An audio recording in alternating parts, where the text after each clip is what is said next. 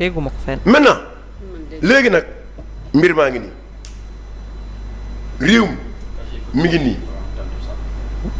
wax nañ li ñuy wax ñoom lu la mënti wax économiste lañ yor mi ngi fii toog depuis lors ba léegi il nous a pas parlé de chiffres. et même lui il a pas entendu parler de remaniement. waaw waaw mais non même bu fekk remaniement sax. c'est-à-dire que on l'a lu je l'ai lu. ma ne mais lii nii bu fekkee ne lii moom moo ko war a wax waru ko wax. man moom dégguma moom. mi ngi nii Seneweb. est-ce que du fausse information. waaw peut-être avant may commencer déglu. mun na peut-être avant non man j'ai suivi le début mais. mu ne à l'entame du discours du président du premier ministre. il a parlé de remaniement ministériel. ok bon. n'est-ce pas ma ne bon on va vérifier l'information laisser la prime la kii mais il vérifier l'information. waaw il faut waaw mais après on va vérifier. maintenant Fallou. Demander à docteur ba xam Pastef nga bokk vous êtes de Pastef. non day analyser. bon analyser dafa rek jaaxal quoi parce que bu ñu xoolee Sénégal de 2012. sympathisant oui mais doy na waar quoi. déçu par Ousmane Sonko. ah bon du tey. Ousmane Sonko a besoin de se reposer. ah bon oui. pourquoi.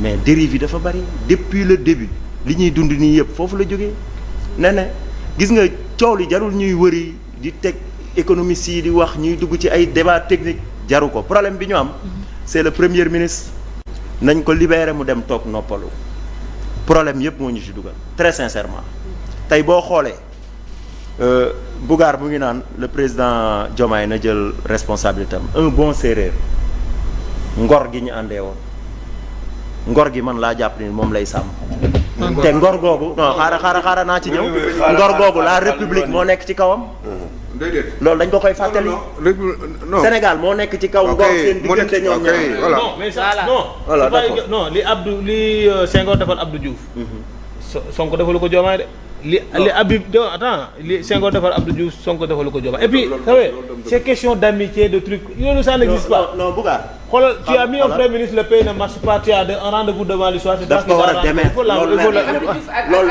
Abdou Diouf Habib Thiam c'est autre chose situation yi mën nañ ni bokkul Sonko mooy Diomaye la ñu wax ñu fal ko ci loolu non attendez rek xam nga dafa am situation exceptionnelle moo am Sénégal situation exceptionnelle moo fi am yéen a ngi naan Abdou Diouf Senghor daf ko jox dem Abdou Diouf nekk fi mook Habib Thiam l'autre là Leblanc Jean Collin gis nañ ni mu demee Macky Sall ñëw na ak Ablaye Wade Idrissa Seck mais bii c'est différent bii ki porté woon projet bi dafa am lu mu jaay sénégalais yi ba ñëpp adhéré moo tax ñu leen di rappeler Pastef moom moo fal président de la République wala Diomaye président. waaw bon loolu feneen nga ma bëgg dugal mais fi ma bëgg ñëw mooy bu dee même Diomaye président ñëpp xam nañ ne dafa am benn suite logique bu amoon boo xam ni xeex bi tolloon na foo xam ni sénégalais yi tolloon nañ foo xam diaboliser nañ seen régime ba sénégalais yi kum Ousmane Sonko kuñ tudd Ousmane Sonko rek da ngay ñëw c'est ça la réalité dañ ko dund moo tax le président Diomaye war a jël responsabilité am ñun ci loolu lañ koy woo bi ñu gisee Ousmane Sonko génn am taxawaay bu mu am ñu xam ni bi mu fi ñëwee ba léegi li nga xam ni mooy économie Sénégal ñëpp gisoon nañ muy wàcc ñëpp a ko gis ñu ngi naan dañuy dem ci faillite fa lañ jëm amul werante fa lañ jëm parce que tey bu fekkee dañoo dem ba bëgg sukkandiku ci impôts yi ci nit ñi pour bëgg ko dundalee état loolu ci fi mu ñu jëmee moo gën a garaaw gis nga yéen a ngi naan day jéem a clin d'œil la diaspora mais diaspora bi tey bu Sénégal méttee kan moo koy gën a dund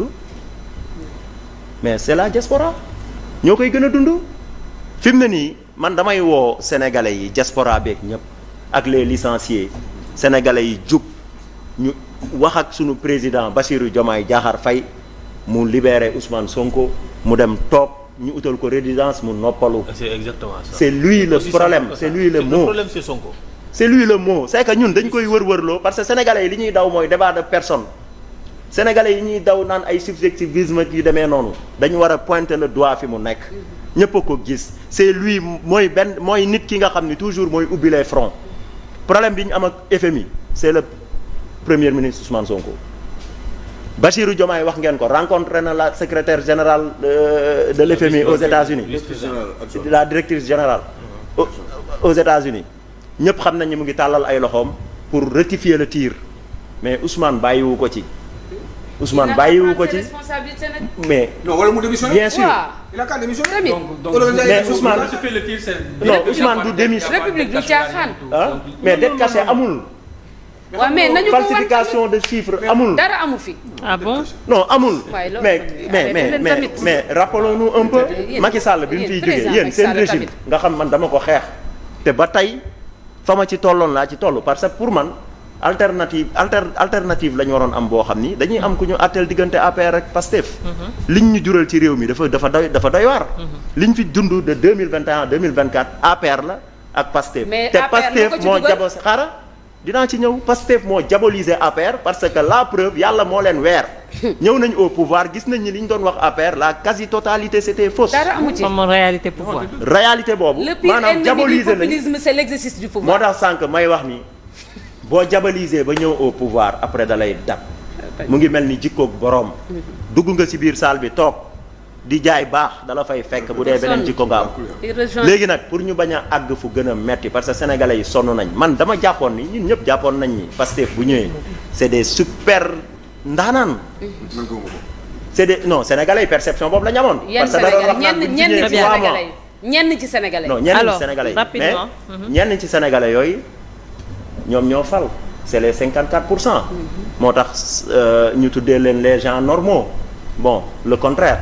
mais li ma bëgg wax mooy on a un problème boo xam ne tey ñëpp gis nañ constat bi c'est général amuñu benn jafe-jafe ak moom yàlla moo dogal loolu peut-être que problème de conscience bi ñuy wax ci trajectoire am jàpp na ko ba léegi rëy xëy na dugg ko te nit du rëy mënul démissionner nanguwu ko le président n'a qu'à prendre ses responsabilités man pour man foofu lañ toll Bassirou Diomaye Diakhar Faye man je pensais même que ni sax tey ci plan de redressement bi du fa teew te yow wax nga ko nee na même photom bi ñu jël def ko ci ni ñu ko ci defee man si suuf lañ ko def j'étais un peu surpris bi ma gisee le premier ministre non bi ma gisee le premier ministre publier ko ci page am dama ni ñii kii dafa ma confirmer ni y a problème réel seen biir donc bu wax nga ko les secrets d'État nga koy génnee ci place publique bi def na ko avec le général Kandé il est habitué des faits. C'est ça.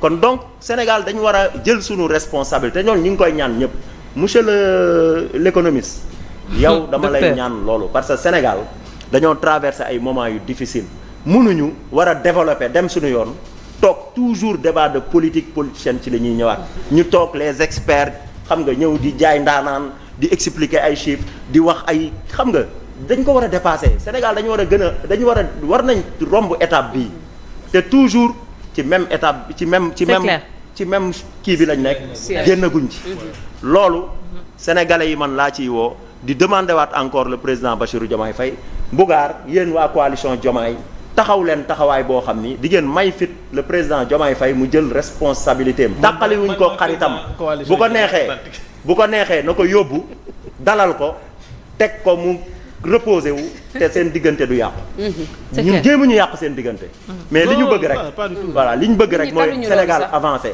parce que gis nañ li fi xew en 2021 sénégalais yi sonn nañ fi bay toj ay ba mbiru jàmbur bëgguñu dundaat la même chose dañ leen waxante dëgg fi mu ne nii li ñu fiy wax yëpp neex na plan de résilience plan de redressement plan bu mu mënti doon yàgg nañ fi ami plan man je pense que tey Macky Sall bi mu fiy jógee ñoom bi ñu ñëwoon teg suivre comme li ngay wax da ngay fekk lu passif ak lu actif maanaam mënoon ñëw ne taw bi du suñu nawet bi du suñu nawet mais yaa ko hérité fi la fekk mënoo ñëw ne dette cachée bi Macky Sall la c'est que y a beaucoup de contradictions te yooyu sénégalais yi ñu ngi ciy teg seen bët fi mu ne nii daal man pour man le premier ministre Ousmane Sonko je te demande solennellement Sénégal même yow sa bopp non je t'assure moom ci boppam xam na ni c'est lui le mot. mais li ngay wax nii amul kii parce que moom wax na ko nee na demul fenn. non dana dem loolu day président Ousmane Sonko lu mu la wax xaaral contraire bi lu mu la wax rek xaaral leneen parce que loolu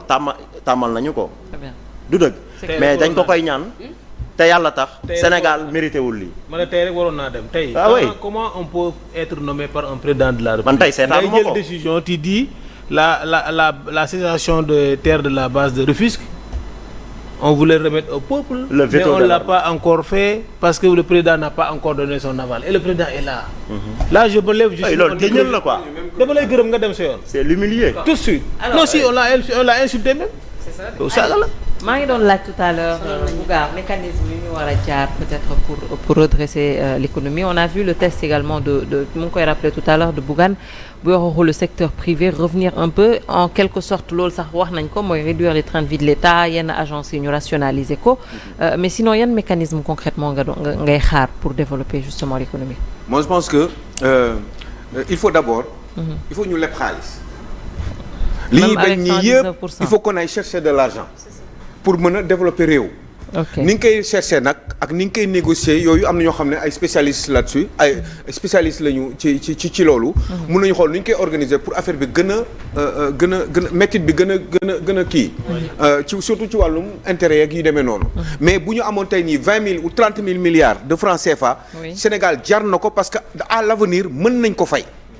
c'est possible parce que am na ay secteurs yoo xam ne bu ñu ci duggee. ba nga xam ne yu ci bari dootuñu ko jéggaane bi ci réew à la limite sax ñun ñooy am mais par exemple xoolal lu ñu soxla yëpp xoolal àll bi mais ana lu tax ñu war a mën di bay noor waruñu mën di bay noor di bay nawet. loolu la ñu digoon. ana lu mais loolu xaalis la te xaalis boobu ñun danañ ko fay parce que Sénégalais yi bu ñuy liggéey bu ñu commence liggéey bu amee secteur porteur yi nga xam ne pour man production agricole dafa industrielle il faut mu am il faut une bonne en général politique industrielle bu taxaw ñu xool yan mooy secteur yi nga xam ne moom moo gën a